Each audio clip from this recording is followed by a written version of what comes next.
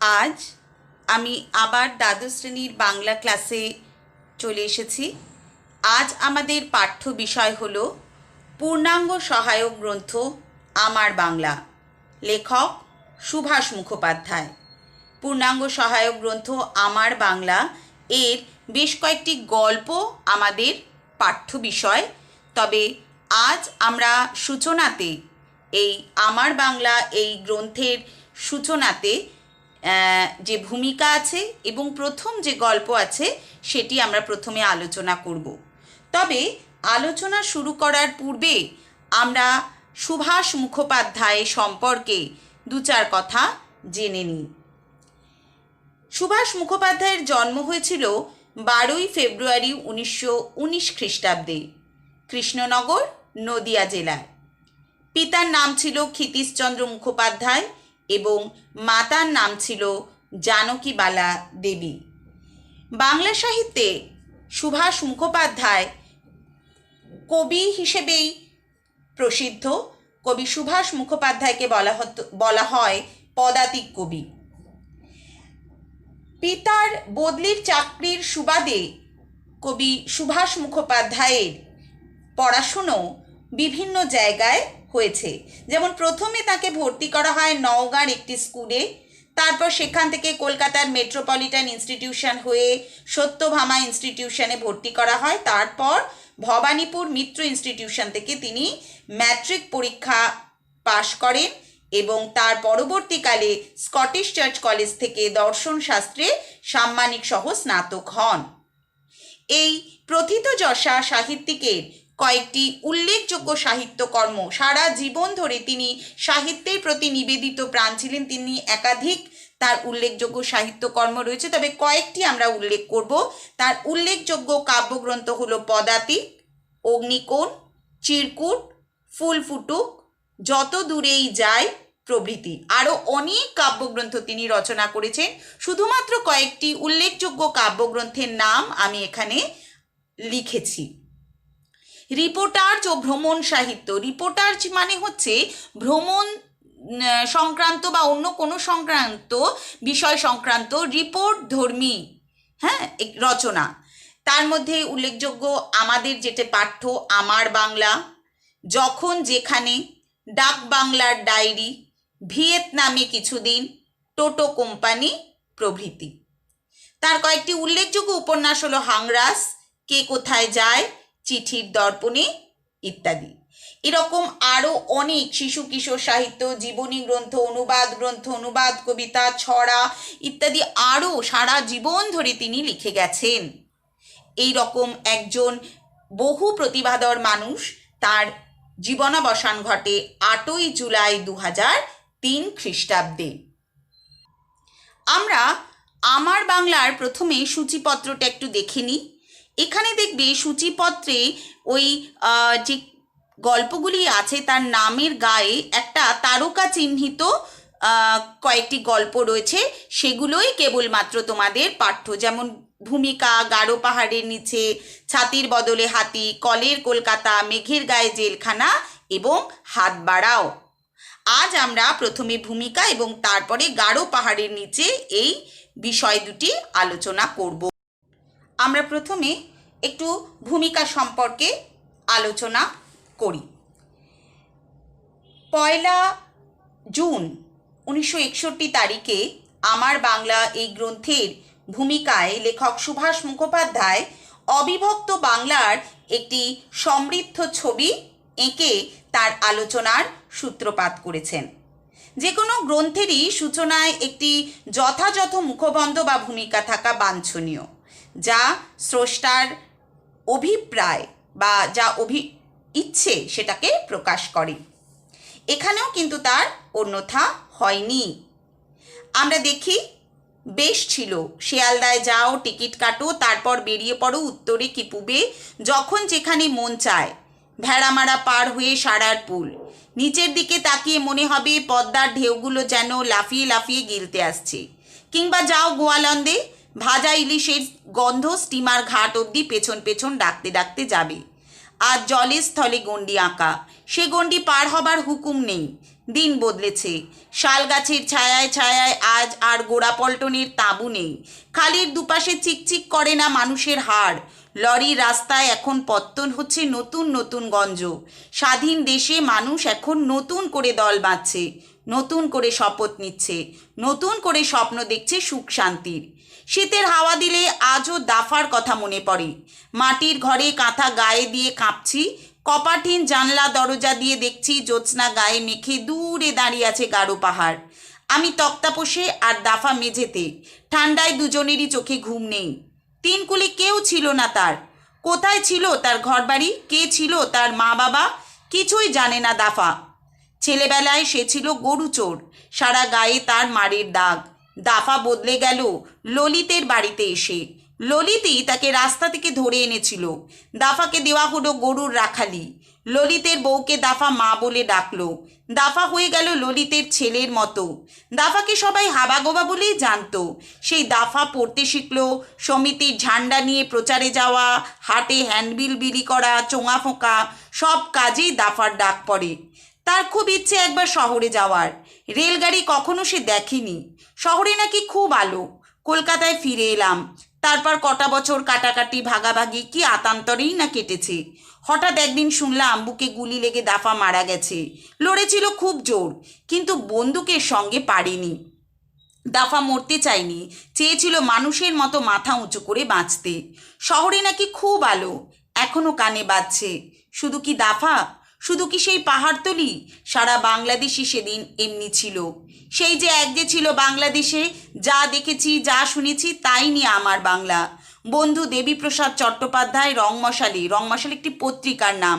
জোর করে না লেখালে কোনো দিনই হয়তো এ বই লেখা হতো না। এ বই পড়ে লোকের ভালো লাগবে কে জানতো। এটি লিখেছেন সুভাষ মুখোপাধ্যায়। ভূমিকার একেবারে শেষ অংশে গিয়ে আমরা এই ব্যাপারটি জানছি যে কী কারণে তার এই ভূমিকাটি লেখা। এখানে দাফা বলে একজনের কথা সুভাষ মুখোপাধ্যায় স্মৃতিচারণ করছেন। গ্রাম বাংলার এক অতি সাধারণ হতদরিদ্র মানুষ।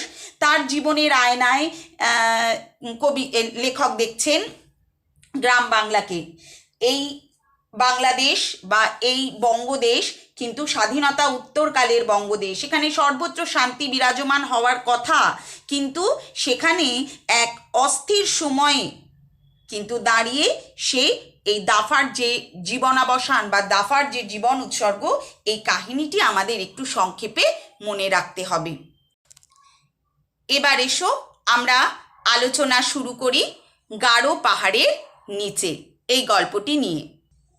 গাঢ় পাহাড়ের নিচে। চৈত্র মাসে যদি কখনো ময়মনসিংহ যাও, রাত্রিরে উত্তর শিওরে তাকাবে। শিওরে মানে মাথার দিকে। দেখবে যেন এক রাশ ধোঁয়াটে মেঘে কারা আগুন লাগিয়ে দিয়েছে। ভয় পাবার কিছু নেই। আসলে ওটা মেঘ নয়, গাঢ় পাহাড়। গাঢ় পাহাড়ে যারা থাকে বছরের এই সময়টা তারা চাষবাস করে। তাদের হাল নেই, বলদ নেই। তাছাড়া পাহাড়ের ওপর তো শুধু গাছ আর পাথর আর মাটি থেকে কোথায় যে চাষ করবে। তবু তারা ফসল ফলায়। এই পাহাড়ি মানুষরা অকথ্য পরিশ্রম করে, তারা ফসল ফলায়। কিভাবে ফসল ফলায়? আচ্ছা, তার আগে দেখি নইলে সারা বছর কি খেয়ে বাঁচবে। তাই বছরে এমনি সময়ে শুকনো ঝোপে ঝাড়ে তারা আগুন লাগিয়ে দেয়। তোমরা নিশ্চয়ই ঝুম চাষের কথা শুনেছ। এখানে সেই ঝুম চাষের কথা, যদিও এখন বর্তমানের ক্ষেত্রে বা বর্তমানে একে একটি অবৈজ্ঞানিক প্রথা হিসেবে গ্রহণ করা হয় বা দেখা হয়, কিন্তু এককালে মানে প্রাচীন পদ্ধতিতে চাষবাস যখন করা হতো তার মধ্যে ঝুম চাষ কিন্তু একটি অত্যন্ত জনপ্রিয় একটি চাষের পদ্ধতি ছিল। এবং বিশেষত যেখানে পাহাড়ি জমি, যেখানে মাটি কম, যেখানে কাঁকুড়ে জমি, সেখানে কিন্তু এই রকম পদ্ধতি ব্যবহার করা হতো। সে কি যে সে আগুন, যেন রাবণীর চিতা, জ্বলছে তো জ্বলছেই। আমাদের একটা বিশ্বাস অনুযায়ী আমরা বলে থাকি যে যেন রাবণের চিতা, বিশাল ভয়ঙ্কর অনেকখানি একটি অগ্নিকাণ্ড হলে আমরা এই ধরনের কথা বলে থাকি। রাবণের চিতা জ্বলছে তো জ্বলছে, এটা খুব ইম্পর্টেন্ট একটা লাইন। এই লাইন তুলে প্রশ্ন আসে আমাদের, তো আমাদের এটা করতে হবে।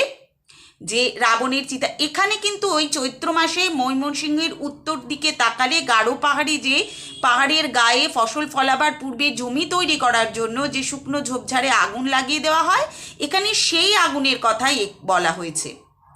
বছরের এমনি সময় যেন বন জঙ্গলের গাছপালারাও ভয়ে শুকিয়ে কাঠ হয়ে থাকে। একে চৈত্র মাস, চারিদিক শুকনো, সেখানে যেমন গাছপালারা এমনিতেই শুকিয়ে কাঠ হয়ে থাকে। আর লেখক মনে করছেন যে হয়তোবা এই যে আগুন লাগবে ঝুম চাষের কারণে, তার ভয়েতেও হয়তোবা এই গাছপালারা শুকিয়ে কাঠ হয়ে থাকে। এবার আমরা পরবর্তী অংশটা দেখি। জঙ্গলে যখন আগুন লাগে তখন হয় মজা। বনের যত দুর্ধর্ষ জানোয়ার প্রাণ নিয়ে পালাই পালাই করে। বাঘ, অজগর, হরিণ, শুয়োর যে যেদিকে পারে ছোটে। আর পাহাড়ি মেয়ে পুরুষেরা সেই সুযোগে মনের সুখে হরিণ আর শুয়োর মারে। তারপর সন্ধেবেলা শিকার সেরে গোল হয়ে ঘিরে নাচ আর গান।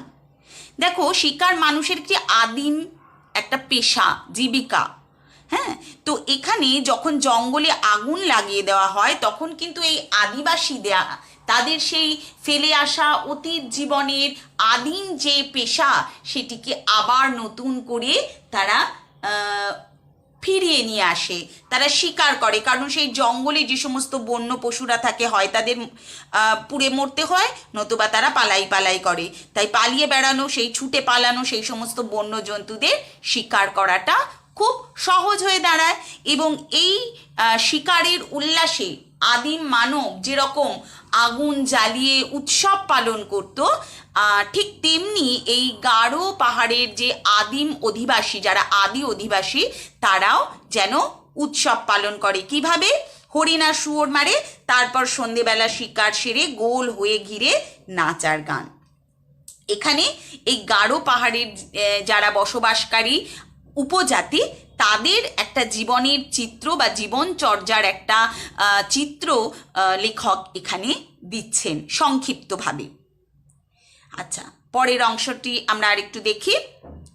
এদিকে আস্তে আস্তে গোটা বন পুড়ে ছাই হয়ে যায়। পাথরের ওপর পুরু হয়ে পড়ে কালো ছাইয়ের পলেস্তারা। পলেস্তারা মানে আবরণ, আস্তরণ। হ্যাঁ, আচ্ছা, তার ওপর বীজ ছড়াতে যা সময়, দেখতে দেখতে সেই পোড়া জমির ওপর সবুজ রং ধরে। মাথা চাড়া দেয় ধান, তামাক আর কত ফসল। আমরা এই লোকগুলোর কাছে, এত কাছে থেকেও পর, শুধু জানি উত্তর দিকের আকাশটা বছরের শেষে একবার দপ করে জ্বলে ওঠে। দূরের আশ্চর্য মানুষগুলো তারপর কখন যে মেঘের রঙে মিলিয়ে যায় তার খবরও রাখি না। এই যে উপজাতিদের সঙ্গে সমতলবাসীদের খুব বেশি সাংস্কৃতিক মেলামেশা হয় না। এই উপজাতিরা, গারো পাহাড়ের যে উপজাতিরা, তারা পাহাড়ি উপজাতি, তারা পাহাড়েই বসবাস করে। সমতলে আসাটা তাদের খুব একটা হয়ে ওঠে না, এবং সমতলে এলেও সমতলবাসীরা তাদেরকে ওই উপজাতি হিসেবেই দেখে। তাদের সঙ্গে, নিজেদের সঙ্গে তারা একাত্ম বা আত্মীয় বলে তাদের গ্রহণ করে না। সেই কারণে পারস্পরিক মেলামেশার মধ্যে একটা ব্যবধান থেকেই যায়। আমরা কি একই বাংলাদেশে থেকেও, একই অঞ্চলে থেকেও, লেখক বলছেন, আমরা তাদের খবরও রাখি না। শুধু মাঝে মাঝে বছরের এই বিশেষ সময়টিতে যখন ওই আকাশটা জ্বলে ওঠে, মানে আকাশ জ্বলে ওঠে না, অন্ধকারে পাহাড়ের গায়ে যখন আগুন জ্বলে ওঠে, দেখে মনে হয় যেন আকাশের গায়ে কেউ আগুন লাগিয়ে দিয়েছে। তাই লেখক এই কথা বলছেন। কাছাকাছি গিয়েছিলাম একবার, এই কথা বলছেন লেখক। তিনি কাছাকাছি, এই সমস্ত উপজাতিদের কাছাকাছি যাওয়ার সুযোগ পেয়েছিলেন, সেই কথাটিই বলছেন। গারো পাহাড়ের ঠিক নিচেই সুসং পরগনা। রেল লাইন থেকে অনেকটা দূরে। গাড়ি যাবার যে রাস্তা, সে রাস্তায় যদি কখনো যাও কান্না পাবে। তার চেয়ে হেঁটে যেতে অনেক আরাম। লেখক যে সময়ে এই গ্রন্থটি লিখছেন সে সময় কিন্তু যাতায়াত ব্যবস্থার এত উন্নত ছিল না। তাই জন্য সুসং পরগনা, গারো পাহাড়ের নিচে, সেখানে পৌঁছতে কিন্তু তার বেশ বেগ পেতে হয়েছিল, এবং রাস্তা এতটাই খারাপ যে লেখক বলছেন সে রাস্তায় যদি কখনো যাও কান্না পাবে। সুসং শহরের গা দিয়ে গেছে সোমেশ্বরী নদী। শীতকালে দেখতে ভারী শান্ত শিষ্ট, কোথাও কোথাও মনে হবে হেঁটেই পার হই। ছোট্ট পাহাড়ি নদী, সেখানে খুব বেশি জলের গভীরতা নয়, তাই কবি বলছেন কোথাও কোথাও দেখে মনে হবে হেঁটেই পার হয়ে যাওয়া যায় অনায়াসে। কিন্তু যেই জলে পা দিয়েছ অমনি মনে হবে যেন পায়ে দড়ি দিয়ে কেউ টেনে নিয়ে যাচ্ছে। জল কম হতে পারে, কিন্তু পাহাড়ি নদী খরস্রোতা, তীব্রতার বেগ, তাই জলে পা হয়তো পুরোপুরি ডোবে না, কিন্তু পা জলে ডোবালেই মনে হবে তার বেগ, যেটাকে আমরা বলি কারেন্ট, যেটা স্রোতের যে টান, সেটা অনুভব করতে পারবে। স্রোত তো নয়, যেন কুমিরের দাঁত। পাহাড়ি নদী সোমেশ্বরী সর্বদা যেন রেগে টং হয়ে আছে। স্রোত তো নয়, কুমিরের দাঁত কেন? এক তো বরফ গলা শীতল জল, দ্বিতীয়ত স্রোত। এই কারণে লেখক এই কথা বলছেন, কুমিরের দাঁত যেন কুমিরের দাঁতের মতো যেন তা পা কেটে নিয়ে যাচ্ছে। পাহাড়ি নদী সোমেশ্বরী সর্বদা যেন রেগে টং হয়ে আছে। রেগে টং হয়ে আছে মানে তার যে তীব্রতা, গতিবেগ, সেটাকেই এখানে লেখক একথা বলছেন, রেগে টং। এটা একটা প্রতীক, একটা উপমা দিচ্ছেন। তার চেয়ে ফেরি আছে, গরু ঘোড়া মানুষ একসঙ্গে দিব্যি আরামে পার হও। হিন্দুস্তানি মাঝির মেজাজ যদি ভালো থাকে, তোমার কাছ থেকে দেশ বিদেশের হালচাল জেনে নেবে। হেঁটেও পার হওয়া যায়, তবে ফেরিও আছে। ফেরি মানে নৌকো করে যাতায়াতের ব্যবস্থা আছে। সেখানে গ্রাম্য অঞ্চল, তো সেখানে মানুষ গরু ঘোড়া একসঙ্গে দিব্যি সবারই সহাবস্থান, সবাই পার হতে পারে, এতে কেউ কিছু মনে করে না। তাই হিন্দুস্তানি মাঝির মেজাজ মুড যদি ভালো থাকে, তাহলে দেশ বিদেশে, তুমি যেহেতু বিদেশি মানুষে অনুভব বুঝতেই পারবে, তাই জন্য তোমার কাছ থেকে দেশ বিদেশের হালচাল জেনে নেবে।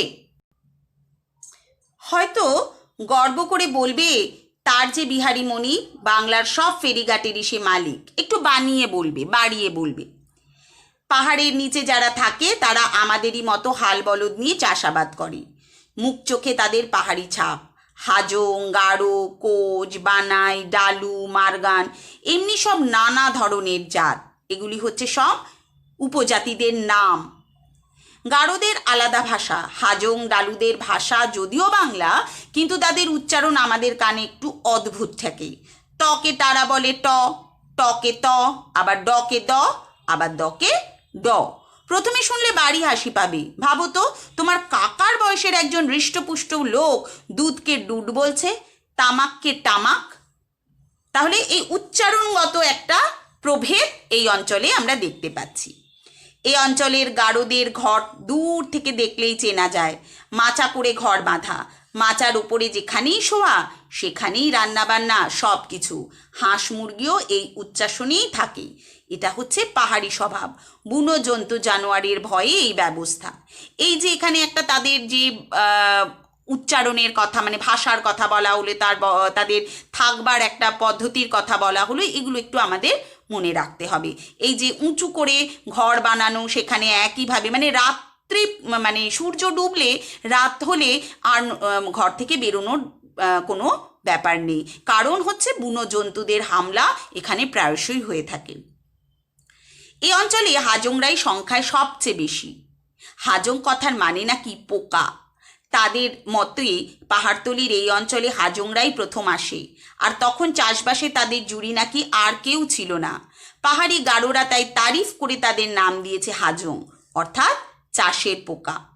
যেহেতু তারা প্রথম এই অঞ্চলে হাজংরা আসে, তারাই চাষ করে, তাই তাদেরকে গারো উপজাতি যারা, তারাই নাম দিয়েছে তারিফ করে, প্রশংসা করে, তাদের চাষের দক্ষতার প্রশংসা করে এইরূপ নামকরণ করেছে। ধানের ক্ষেত দেখলে কথাটা বিশ্বাস না করে উপায় নেই। একটু কষ্ট করে যদি পাহাড়ে না হোক একটা টিলার ওপরে ওঠো, নিচের দিকে তাকালে দেখবে পৃথিবীটা সবুজ। যত দূর দেখা যায় শুধু ধান আর ধান। একটা সীমাহীন নীল সমুদ্র যেন আহ্লাদে হঠাৎ সবুজ হয়ে গেছে। তার মানে একটু টিলার ওপরে, পাহাড়ের ওপর থেকে তো বটেই, একটু উঁচু টিলার ওপর থেকেও যেদিকে চোখ যায় সেদিকেই শুধু ধান ক্ষেত, সবুজের সমারোহ। এত ফসল, এত প্রাচুর্য, তবু মানুষগুলোর দিকে তাকালে মনে হয় জীবনে তাদের শান্তি নেই। খুব ইম্পর্টেন্ট লাইন। একটা দুষ্টু শনি কোথাও কোনো আনাচে যেন লুকিয়ে আছে, এটাও খুব ইম্পর্টেন্ট লাইন। তার মানে জমিদারি প্রথার শিকার এরা, মহাজনী প্রথার শিকার এরা, তাই এদের জীবনে যতই পরিশ্রম করে এরা ফসল ফলাক না কেন, সুখ শান্তি তারা কখনো ভোগ করতে পারে না। আমরা আবার আলোচনা করব এই বিষয়টি নিয়ে। ধান কাটার সময় বাড়ির মেয়ে পুরুষ সবাই কাস্তে নিয়ে মাঠে ছুটবে, পিঠে আঁটি বাঁধা ধান নিয়ে ছোট ছোট ছেলের দল কুঁজো হয়ে খামারে জুটবে, কিন্তু মাঠ থেকে যা তোলে তার সবটা ঘরে থাকে না। পাওনা গন্ডা আদায় করতে আসে জমিদারের পাইক বরকন্দাজ। তখন তারা গালে হাত দিয়ে যেন বলে, বড়ই ধাঁধায় পড়েছি মিতে, ছেলেবেলা থেকে রয়েছি গ্রামে, বারবার ধান বুনে জমিতে, মনে ভাবি বাঁচা যাবে আরামে। মাঠ ভরে যেই পাকা ফসলে, সুখে ধরি গান ছেলে বুড়োতে, একদা কাস্তে নিই সকলে, লাঠির আগায় পাড়া জুড়োতে, তারপর পালে পালে আসে পেয়াদা, খালি পেটে তাই লাগছে ধাঁধা। এটা তাদের নিজস্ব সৃষ্টি করা ছড়া, তাদের জীবনের আলেখ্য যেন এই ছড়ার মাধ্যমে তারা প্রকাশ করে। গাঁয়ের আলবাধা রাস্তায় লোহার খুর লাগানো নাগড়ায় শব্দ হয় খট খটাখট। দূর থেকে বাঁশের মোটা লাঠির ডগায় ছোট ছোট ছেলের দল ভয়ে মায়ের আঁচল চেপে ধরে। খিটখিটে বুড়িরা সাপমুন্নি দিতে থাকে। জমিদারের টঙ্ক দিতে গিয়ে চাষিরা ফকির হয়, এটাও খুব ইম্পর্টেন্ট একটা লাইন। 50-60 বছর আগে এই অঞ্চলে জমিদারের একটা আইন ছিল, তাকে বলা হতো হাতি বেগার। জমিদারের এই অংশটা, এই যে চাষিরা যে কেন সুখের মুখ দেখতো না, একটা দুষ্টু শনি, এত ফসল, এত প্রাচুর্য, এই লাইনটিও যেমন ইম্পর্টেন্ট। একটা দুষ্টু শনি যেন কোথাও আনাচে লুকিয়ে আছে, এটাও ইম্পর্টেন্ট। আর জমিদারের টঙ্ক দিতে গিয়ে চাষিরা ফকির হয়, এটাও ইম্পর্টেন্ট। কিন্তু এই সব লাইনই একই বিষয় সংক্রান্ত। আর এই যে লাইনটি, এটা আবার আরেকটা বিষয়, কারণ এখানে হাতি বেগার বলে একটি প্রথা ছিল, সেই সংক্রান্ত। এখান থেকেও কিন্তু প্রশ্ন আসে এবং এটা খুব ইম্পর্টেন্ট একটা বিষয়। জমিদারের বেজায় শখ হাতি ধরার, তার জন্য পাহাড়ে বাঁধা হবে মাচা, মাচার ওপর সেপাই শান্তি নিয়ে নিরিবিলিতে বসবেন জমিদার। সেই সঙ্গে পান থেকে চুন না খসে তার ঢালাও ব্যবস্থা। আর প্রত্যেক গাঁ থেকে প্রজাদের আসতে হবে নিজের নিজের চাল চিড়ে বেঁধে। যে জঙ্গলে হাতি আছে সেই জঙ্গলে বেড় দিয়ে দাঁড়াতে হবে। ছেলে হোক বুড়ো হোক কারো মাপ নেই। যারা হাতি বেড় দিত তাদের কাউকে সাপের মুখে, কাউকে বাঘের মুখে প্রাণ দিতে হতো। কত নির্মম একটি প্রথা! জমিদারের শখ মেটানোর জন্য নিরীহ প্রজাদের প্রাণ দিতে হতো। মানুষ আর কতদিন এসব সহ্য করতে পারে? তাই প্রজারা বিদ্রোহী হয়ে উঠল। খুব ইম্পর্টেন্ট একটা লাইন। কেন প্রজারা বিদ্রোহী হয়ে উঠল? বিদ্রোহী হয়ে উঠে তারা কি করলো, এবার আমরা দেখি বিদ্রোহী হয়ে উঠে তারা কি করলো। গোড়াচাঁদ মাস্টার হলেন তাদের নেতা।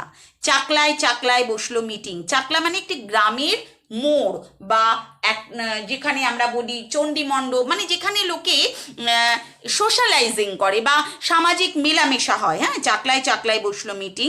কামারশালায় তৈরি হতে লাগলো মারাত্মক অস্ত্রশস্ত্র। শেষ পর্যন্ত জমিদারের পল্টনের হাতে প্রজাদের হার হলো। কিন্তু হাতি বেগার আর চলল না। ঠিক আছে, আচ্ছা, এই যে কেন বিদ্রোহী হয়ে উঠলো, এই হাতি বেগারের প্রথার কথা বলতে হবে। আর বিদ্রোহী হয়ে উঠে তারা কি করলো, তাহলে এই অংশটুকু বলতে হবে। এখনো চৈতন্যনগর হিঙ্গুলকোনায় গেলে খগ মোড়ল, আমুত মোড়লের বংশধরদের মুখে বিদ্রোহের গল্প শোনা যায়। থুরথুরে বুড়ো যারা, তারা দুঃখ করে বলে, সেকালে সর্ষের ক্ষেতে আমরা লুকোচুরি খেলতাম। মাঠে এত দান হতো যে কাকপক্ষীরও অরুচি ধরতো। গোয়ালে থাকতো 60-70টা গরু, নর্দমায় দুধ ঢালাই হতো। আর এখন 1 ফোঁটা দুধের জন্য পরের দুয়ারে হাত পাততে হয়। হয়তো একটি অতিরঞ্জিত কথা, হয়তো একটু যেন স্বপ্ন পূরণের এক স্বাদ এইভাবে পূরণ করা হলো, কিন্তু তবুও হয়তো অতীতের যে প্রাচুর্য ছিল এখন আর নেই, এটা বোঝাতেই এই অতিরঞ্জিত অতিকথন। একটা কথা আগে থেকে বলে রাখি, ও অঞ্চলে যদি কখনো যাও, ওরা তোমাকে বাঙাল বলবে, চটে যেও না যেন। বাঙাল মানে বাঙালি। বাংলাদেশে থাকলেও ওদের আমরা আপন করে নিইনি, তাই ওরাও আমাদের পর ভাবে, অথচ আমরা সবাই বাংলাদেশেরই মানুষ। খুব ইম্পর্টেন্ট একটা লাইন। অথচ আমরা বাংলাদেশের মানুষ, আমরা ওদের সঙ্গে কখনো ভালো ব্যবহার করিনি, ওরাও আমাদেরকে ঠিক আপন করে নিতে পারেনি একটা সংকোচের কারণে। আমরা গল্পটি আলোচনা এখানেই শেষ করলাম। এবার আমরা কয়েকটা ইম্পর্টেন্ট লাইন গাঢ় পাহাড়ের নিচেই অংশ থেকে নিয়েছি। তার আগে একটু বলে রাখা ভালো যে ভূমিকা অংশ থেকে তোমরা ওই দাফার যে কাহিনীটা রয়েছে ওটাই একটুখানি তৈরি করবে। ওখান থেকে তেমন বিশেষ কোনো লাইন আমরা সেভাবে বলছি না, মোটামুটি অবশ্য ছোট অংশ যে কোনো লাইন তুলিয়ে আসতে পারে প্রশ্ন, তবে ওই দাফার কাহিনীটি আমাদের একটু মনে রাখার মতো বিষয়, সেটুকু মনে রাখলেই চলবে। আমরা গাঢ় পাহাড়ের নিচে গল্পটি আলোচনা করতে করতে বেশ কয়েকটা লাইন বলেছি ইম্পর্টেন্ট, এগুলো তুলে প্রশ্ন আসে, সেগুলোই আমরা একবার আলোচনা করি। যেমন একদম প্রথমে ঝুম চাষের প্রসঙ্গে বলা হয়েছে যেন রাবণের চিতা জ্বলছে তো জ্বলছেই। এখানে ওই সারা পাহাড় জুড়ে যে আগুন দেখা যাচ্ছে অন্ধকার রাত্রে চৈত্র মাসে ময়মনসিংহ থেকে উত্তর দিকে গাঢ় পাহাড়ের দিকে তাকালে সেই অংশটাকে রাবণের চিতা বলছে, একটা বিশাল বিপুল অগ্নিকাণ্ড, তাই রাবণের চিতা বলা হচ্ছে। দ্বিতীয় লাইনটি দেখি, কিন্তু হাতি বেগার আর চললো না। এখানে তোমাদের বলেছি যে গাঢ় পাহাড়ে এই সমস্ত এলাকায় যে জমিদারদের শখ মেটানোর জন্য, হাতি শিকার করার শখ মেটানোর জন্য দরিদ্র নিরীহ যারা প্রজারা তাদেরকে বেড় দিয়ে দাঁড়াতে হতো জঙ্গল, এবং তাদের কাউকে সাপের মুখে কাউকে বাঘের মুখে প্রাণ দিতে হতো। কোনো পারিশ্রমিক তো তারা পেতই না, উপরন্তু নিজেদের খাবার দাবারও তাদের গুছিয়ে নিয়ে যেতে হতো। কিন্তু বিপরীত পক্ষে জমিদারদের কিন্তু বিপুল আয়োজন ছিল। তাহলে এই অংশটা আমাদেরকে একটু ওইখান থেকে লিখতে হবে। ঠিক তার পরেরই অংশ আছে, তাই প্রজারা বিদ্রোহী হয়ে উঠলো। প্রজারা বিদ্রোহী হয়ে উঠলো কেন? এই হাতি বেগারের কারণে। এবং বিদ্রোহী হয়ে কি করলো? গোরাচাঁদ মাস্টারের নেতৃত্বে চাকলায় চাকলায় মিটিং বসলো, কামারশালায় অস্ত্রশস্ত্র ধারালো সমস্ত অস্ত্রশস্ত্র তৈরি হলো, প্রজারা বিদ্রোহী হলো, জমিদারদের সঙ্গে যে লড়াই হলো। কিন্তু তারপর আর যদিও গোড়াপল্টনের হাতে প্রজাদের হার হলো, কিন্তু হাতি বেগার আর চললো না। আবার আমরা প্রথম দিকে এই লাইনটি পাই, পাহাড়ি গাঢ়রা তাই তারিফ করে তাদের নাম দিয়েছে হাজং। হাজং উপজাতিরাই প্রথম গাঢ় পাহাড় এই অঞ্চলে এসে চাষের কাজ শুরু করে, এবং তারা চাষে অত্যন্ত দক্ষ। তাই পাহাড়ের টিলার ওপর থেকে, পাহাড়ের ওপর থেকে যেদিকে দেখা যায় ধান ক্ষেত আর ধান ক্ষেত সবুজের সমারোহ। তাই গাঢ় পাহাড়িরা এই হাজংদেরকে তারিফ করে, তাদের চাষের দক্ষতাকে তারিফ করে এই নামকরণ করেছে। এত ফসল, এত প্রাচুর্য, কিন্তু মানুষগুলোর দিকে তাকালে মনে হয় তাদের জীবনে শান্তি নেই। ঠিক তার পরের লাইন, একটা দুষ্টু শনি কোথাও কোনো আনাচে যেন লুকিয়ে আছে। মানে যেই ফসল ঘরে তোলার সময় হয় অমনি জমিদারের নায়েব গোমস্তা যারা কর্মচারী পাইক বরকন্দাজ নিয়ে চলে আসে খাজনা আদায়ের জন্য, এবং নিরক্ষর হতদরিদ্র সরল সিধে মানুষগুলোকে ঠকিয়ে তারা কিন্তু প্রায় অর্ধেকের মানে প্রায় সম্পূর্ণ ফসলই জমিদারের ঘরে চলে যায়। তাই তাদের জীবনে সুখ শান্তি হয় না, যতই তারা চাষ করুক, ততই তারা চাষে দক্ষ হোক, কিন্তু সুখ শান্তি হয় না। অথচ আমরা সবাই বাংলাদেশেরই মানুষ, আমরা এবং এই গাঢ় পাহাড়িরা আমরা কিন্তু একই বাংলাদেশের মানুষ, কিন্তু এদেরকে আমরা কখনো আপন করে নিইনি। আর এরাও সমতলবাসীদেরকে পরপর ভাবে, কারণ একটা সংকোচ, তাদের মধ্যে অশিক্ষার অন্ধকার আছে, সভ্যতার উন্নয়ন সেভাবে পৌঁছয়নি। হয়তো আজ আর সেভাবে বলা যায় না, তবে যে সময়ে লেখক লিখেছেন সেই সময় কিন্তু এই কথাটি অত্যন্ত প্রাসঙ্গিক ছিল। মোটামুটি এই কটা লাইন আমরা গাঢ় পাহাড়ের নিচ থেকে তোমাদের বললাম, তোমরা এর থেকে উত্তর তৈরি করবে। আশা করি তোমাদের এই অংশটা বুঝতে খুব একটা অসুবিধা হয়নি। আজ তাহলে এই আলোচনা এখানেই শেষ করলাম।